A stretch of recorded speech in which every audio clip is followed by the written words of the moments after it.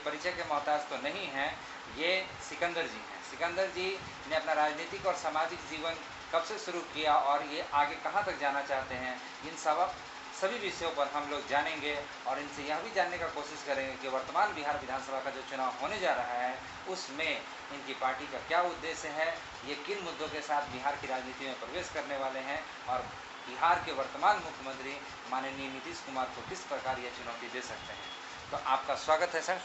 जी sir, आपने राजनीतिक और सामाजिक जीवन की शुरुआत कैसे की? सर, पढ़ाई लिखाई के समय से ही हमारा सोशल एक्टिविटी में इंटरेस्ट था और पॉलिटिकल साइंस मेरा था, अर्थशास्त्र था, इतिहास था जिसे हमने इकोनॉमिक्स ऑनर्स किया। उसके बाद से हमको सामाजिक प्रति रुचि रह गया, देश के प्रति और राज्य के प्रति, देश के खजाना के प्रति और मानव कल्याण के प्रति, क्योंकि जो हमारा सब्जेक्ट था उसमें मानव कल्याण से जुड़ा हुआ बात था कि सरकारी खजाने का अधिक से अधिक मानव कल्याण कैसे किया जा सकता है जो वर्तमान में है। तो इस कारण से हम देख रहे थे कि लगभग 2000 से हम इस थिंकिंग के प्रति मेरा रुझान था, लेकिन 2010 में हम लोग अलर्ट सिटीजन बनाए सामाजिक कुरीतियों को देखते हुए और एक संगठन के तरह हम लोग प्रचार किया कि लोग जागरूक हो कि उनके अधिकार, कर्तव्य और देश विदेश या समाज में कैसे लोगों को रहना चाहिए, चलना चाहिए। लेकिन उसमें बहुत हद तक सफलता नहीं मिला। फिर भी हम लोगों ने 10 साल चलाया। उसके बाद फिर हम लोगों ने अपनी एक पार्टी बनाना शुरू किया कि अगर पार्टी नहीं बनती है तो फिर हम लोग किनारे साइड पर ही रह जाएंगे और कोई सुनने वाला नहीं है। इसके पहले अपने पार्टी बनाने से पहले 2015 में विधानसभा चुनाव भी लड़े थे, जिसमें हमारी मुद्दा था गरीबी, बेरोजगारी, उद्योग व्यवस्था, कृषि, किसानों को उचित मूल्य क्यों नहीं मिल रहा है, बेरोजगारी की समस्या, पर्यावरण की समस्या। ये सिकंदर जी, आपने अभी हाल ही में एक पार्टी का भी गठन किया है, उस पार्टी के बारे में हमारे दर्शकों को आप क्या बताना चाहते हैं? देखिए सर, ऐसे तो पार्टी बहुत सारे हैं, देश में भी बहुत सारे पार्टियां हैं और हमारे राज्य में भी बहुत सारे पार्टियां हैं। 40-42 पार्टियां क्षेत्रीय पार्टी हैं, 7 नेशनल पार्टियां हैं। लेकिन फिर भी उन सारे पार्टियों को क्रियाकलाप को देखते हुए लगा कि एक नई तरह की पार्टी की ज़रूरत है देश को भी और राज्य को भी, और जनता को भी एक नई तरह की पार्टी की ज़रूरत है जो जनता के लिए सोचे। आपकी पार्टी का नाम क्या है? मेरी पार्टी का नाम जागरूक जनता पार्टी है। इसका सिंबल आपको मिल चुका है? जी, मिल चुका है। फुटबॉल छाप मिल चुका है। 20 जून को ही हमारा सिंबल अलॉट हो गया है। तो इस पार्टी के उद्देश्य क्या है? इस पार्टी का उद्देश्य है कि जो सरकारी खजाने हैं, सरकार हैं, व्यवस्था है, राजनीतिक सिस्टम है, उस सिस्टम को इस तरह से चलाया जाए जिससे मैक्सिमम लोगों का कल्याण हो सके, अधिक से अधिक मानव कल्याण किया सके।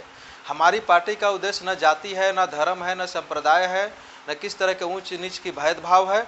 हमारी सरकार बस एक करना चाहेगी कि जो हमारी सरकारी खजाने हैं उससे मानव का अधिक कल्याण हो। जिससे पहला कदम हमारा यह है कि हम लोग चाहते हैं कि बिहार में अगर सरकार बनती है तो प्रति वोटर 72 घंटे के अंदर 3000 रुपया देने की कानून बनाएंगे, जिससे हर व्यक्ति को 3000 रुपया बिना किसी टर्म कंडीशन शर्त के मिलेगा। आपको लगता है कि बिहार जैसे राज्य जो गरीब प्रदेश है उसकी आर्थिक स्थिति इतनी अच्छी है कि प्रत्येक वोटर को 3000 रुपया दे सकें? जी, क्योंकि हम एक अर्थशास्त्र का स्टूडेंट रहे हैं और एक तरह से मानिए कि अर्थशास्त्री हैं जो 9 साल पढ़े हैं, 9 साल अर्थशास्त्र पढ़े हैं, 9 साल पॉलिटिकल साइंस पढ़े हैं और हिस्ट्री भी पढ़े हैं। तो अर्थशास्त्र के जो जानकार व्यक्ति होते हैं उनको देश की, राज्य की एक एक खजाना के पता होता है कि इस राज्य की इनकम का स्रोत क्या है और राज्य की खर्चा करने का जगह क्या है। तो हमारे पास पूरा पता है कि सरकार के पास जो इनकम आता है उसका दुरुपयोग हो रहा है, वो घोटाला हो जा रहा है, वो ब्लैक मनी बन जा रहा है, वो ज़रूरतमंद लोगों तक नहीं पहुंच रहा है, वो मार्केट में सर्कुलेट नहीं कर रहा है, प्रॉपर वे में नहीं चल रहा है, जिससे आर्थिक संकट पैदा हो रहा है। आज भी हमारे राज्य हर तरह से अमीर है, कहीं कोई कमी नहीं है, लेकिन न तो सरकारें प्राकृतिक संसाधन का उपयोग कर पा रही हैं, न तो आर्थिक संसाधन का उपयोग कर पा रही हैं और न फिर आपको मानवीय संसाधन का। तो इस तरह से सारा दुरुपयोग हो रहा है। वर्तमान में जो बिहार में सरकार चल रही है वो बीजेपी के सहयोग से चल रही है। बीजेपी, जदयू और लोजपा है जी। तो आप देख रहे हैं इसको डबल इंजन की सरकार भी कही जा रही है, यानी कि वही सरकार है जिसका केंद्र में भी शासन है। तो क्या आपको लगता है कि ये जो सरकार अभी चल रही है बिहार में वो जनता के मुद्दों को हल नहीं कर पा रही है?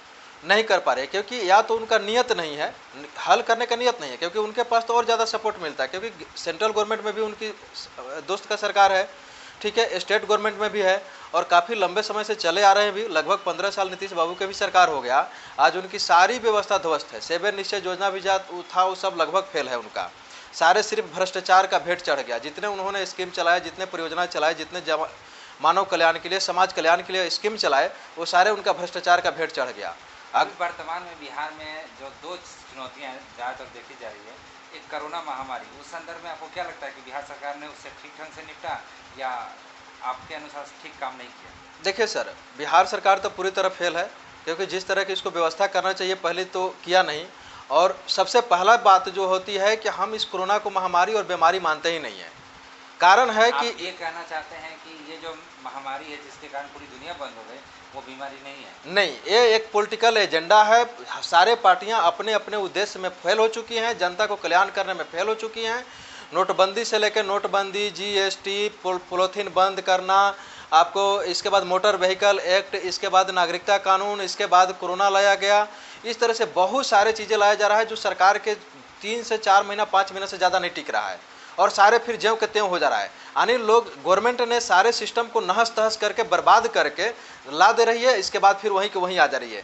जबकि हमारे बिहार सरकार को ये नहीं चाहिए था। अगर सेंट्रल गवर्नमेंट अगर वर्ल्ड बैंक का या विश्व बैंक का या फिर मानिए कि वर्ल्ड हेल्थ ऑर्गेनाइजेशन का या अमेरिका का प्रोटोकॉल का फॉलो कर रहा है, तो हम बिहार क्यों करेंगे?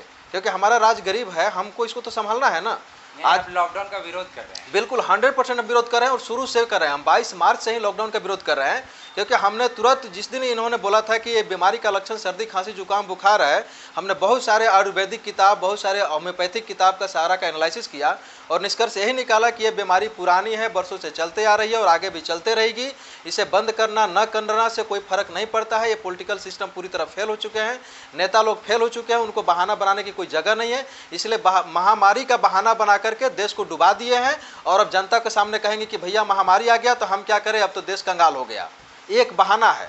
ऑलरेडी नोटबंदी के बाद से ही देश को बर्बाद किया जा रहा है। वर्तमान में बिहार के जो मुख्यमंत्री श्री नीतीश कुमार जी हैं, उनके द्वारा जो तालाबंदी की गई, इसका आप समर्थन नहीं करते हैं? नहीं, हम तो बिल्कुल विरोध कर रहे हैं। ये तो इनकी अज्ञानता है, ये माननीय मुख्यमंत्री जी की अज्ञानता है, क्योंकि इनको इतना कॉमन सेंस नहीं है कि हमारा देश और राज्य ऑलरेडी पिछड़ा हुआ है, प्रति व्यक्ति आय इतना कम है, और वैसे में लोगों को किसी को 50,000, 10,000, 20,000 लोन नहीं देते हैं, और कितने लोग को गाड़ी बंद करा दिए, कितने लोग को दुकान बंद करा दिए, कितने लोग को ठेला बंद करा दिए, और इस तरह कितने लोग मतलब जो आत्मनिर्भरता की बात करते हैं, जो आत्मनिर्भर थे उनको रोड पर ला दिए, दिहाड़ी मजदूर बना दिए। तो ये तो पूरी तरह बर्बाद कर दिए हैं राज्य को। फिर बिहार में कोरोना काल में करीब 40 लाख मजदूर बिहार लौटे, इस पर आपकी क्या टिप्पणी? ये 40 लाख जो लौटे, इनके पास कोई रोजगार की जरिया नहीं था। इन्होंने सिर्फ हवा बनाया कि मनरेगा में कानून रोजगार दे देंगे, लेकिन मनरेगा में भी उतना काम नहीं था, क्योंकि जेसीबी, बुलडोजर, हाईवा, क्रेन, इतने सारे मशीनें हैं, पूंजीपति लोग मशीन लगा के बैठे हैं। तो मुश्किल से 5 दिन, 10 दिन, 20 दिन रोजगार दिए हैं, और पेपर मीडिया वाले छाप दिए पूरा, ठीक है। लेकिन इन्होंने किसी को रोजगार नहीं दिया। हमने फील्ड में जा रहे हैं, हमने क्षेत्र में जा रहे हैं, सारे क्षेत्र में, गांव में, देहात में, जहां भी जा रहे हैं, मतलब पूरी तरह से शिकायत मिल रहा है कि सर हम लोग का ये हाल हो गया, वो हाल हो गया, अनुदान मिलना चाहिए, ये मिलना चाहिए। लेकिन कोई क्या करेगा? हम लोग तो अभी जैसे बाकी पार्टियां, बाकी लोग हैं, वैसे हम लोग कॉमन लोग हैं। जब सिस्टम में आएंगे तो बहुत व्यवस्था करेंगे। आप ये बताइए कि वर्तमान में बिहार में जो बाढ़ की समस्या है, और अभी हाल में सरकार पुल टूटा, उसके विषय में आपकी पार्टी का क्या स्टैंड है? हमारी पार्टी का ये स्टैंड है कि इन लोगों ने जिस तरह से किसी तरह के पुल बना रहे हैं, डैम बना रहे हैं, बांध बना रहे हैं, उनकी क्वालिटी को चेक नहीं कर रहे हैं। इनके पास फुर्सत नहीं है। इन्होंने ठेकेदार को दे दिया, कमीशन के चक्कर में सारे बंदर बांट हो जाते हैं, और जैसे तैसे इन्होंने बना दे रहा है। दूसरी बात की बाढ़ की समस्या जब हर साल आती है, इनको पता है कि हर साल आता है, तो 1-2 साल पूरे बिहार भर के जेसीबी, क्रेन, सारे मशीनें लगा करके डैम अच्छा बनाया जा सकता है। हमारी पार्टी का प्लान है कि 1.5 साल में हम लोग कंप्लीट कर देंगे। जो बाढ़ की समस्या नहीं रहेगी, उसके पानी को रूट मोड़ देंगे।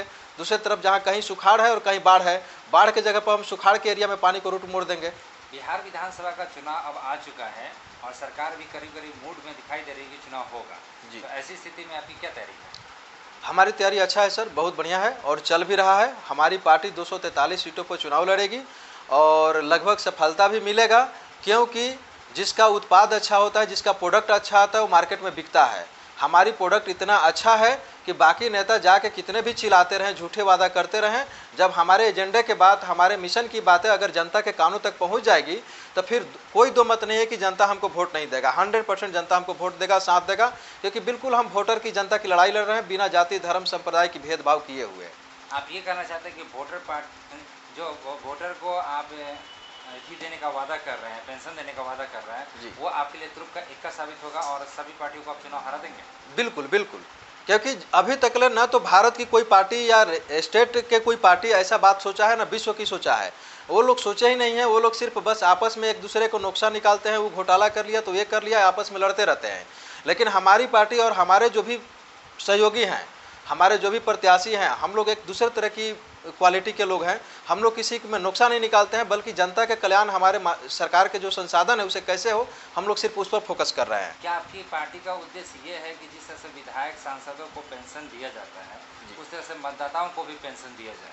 बिल्कुल मिलना चाहिए, क्योंकि हम चाहते हैं कि जिस तरह से अगर वोटर वोट देते हैं तो सरकार बनता है, सरकार बनता है तो पूरी सिस्टम बनती है, सिस्टम बना तो उसमें सरकारी नौकरी करने के लिए बहुत सारे लोग गए, तो उन लोगों को जब महीना मिल रहा है जिससे वोटर ने बनाया, उसी तरह अगर मंत्री विधायक सांसद को मिल रहा है तो वोटर को भी एक निश्चित राशि मिलना चाहिए, क्योंकि वोटर मालिक है, प्रजातंत्र के मालिक है।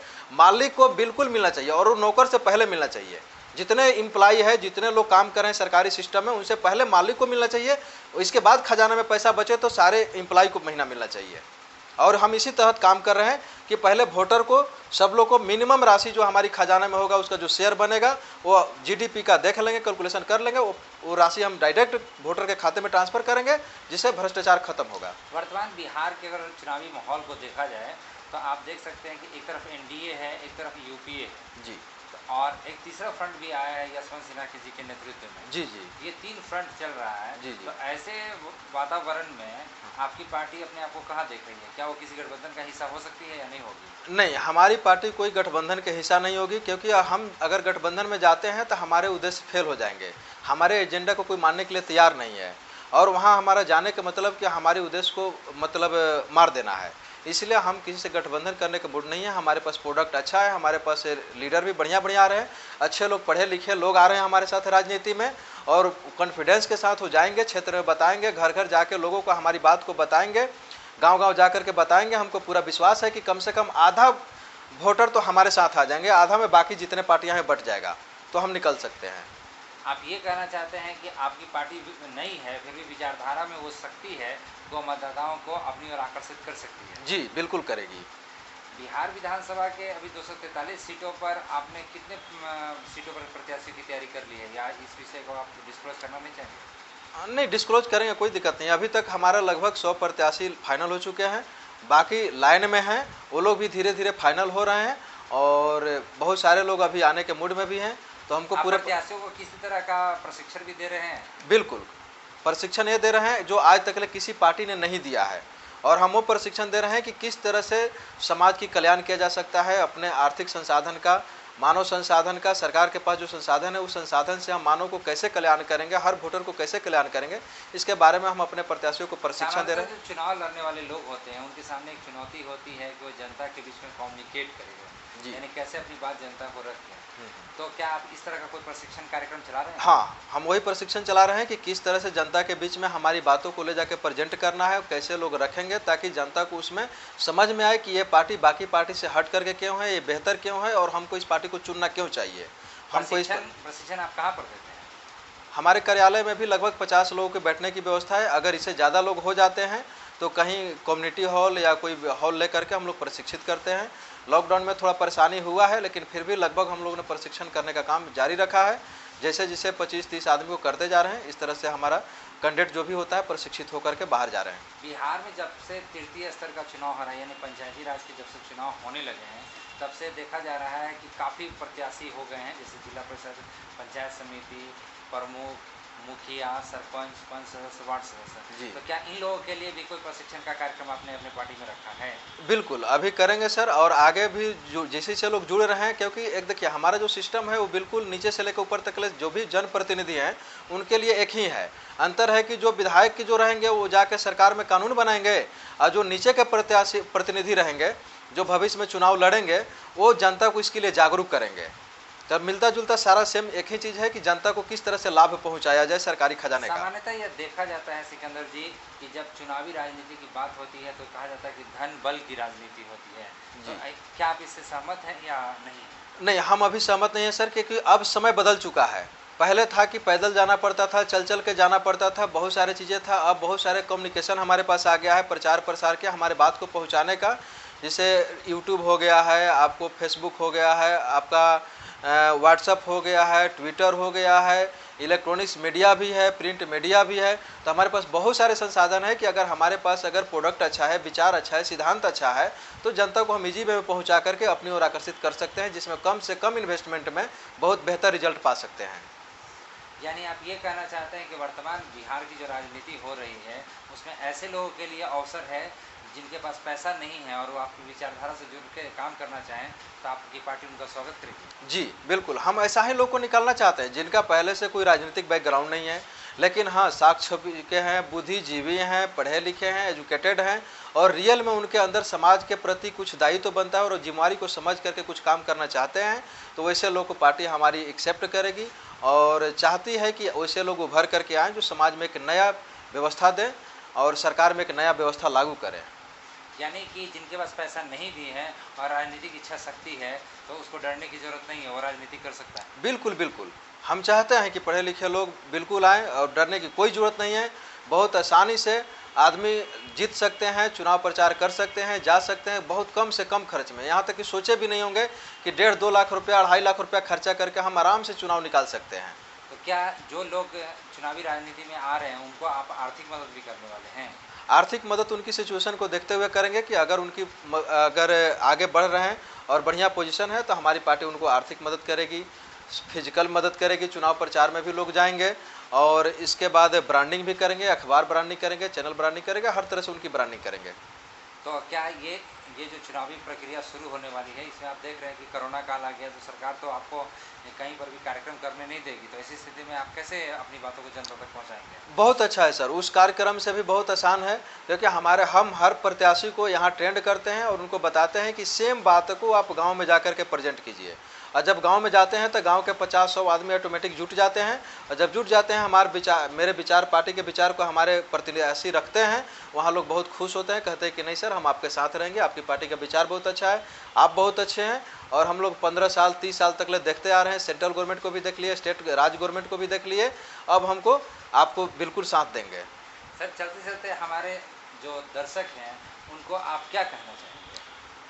सर चलते चलते हम ये कहना चाहते हैं कि आगे बैठे हुए दर्शकों से कि भाई समय बदल गया है और अब आप लोग को सोचना पड़ेगा, जाति धर्म संप्रदाय की भेदभाव से उठ करके, अंधविश्वास से हट करके और बड़े बड़े पार्टियों के नाम पर वोट नहीं देना होगा, जाति के नाम पर वोट नहीं देना होगा, दलालों के कहने पर वोट नहीं देना होगा।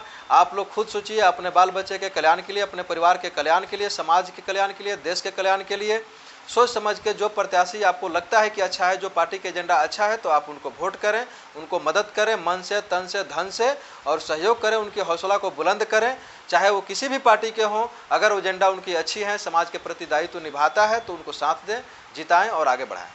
अंतिम सवाल है कि क्या बिहार की जनता इस बात का भरोसा कर सकती है कि जागरूक जनता पार्टी जो है इस बार चुनाव में अकेले ही जाएगी, किसी गठबंधन का सहारा नहीं लेगी?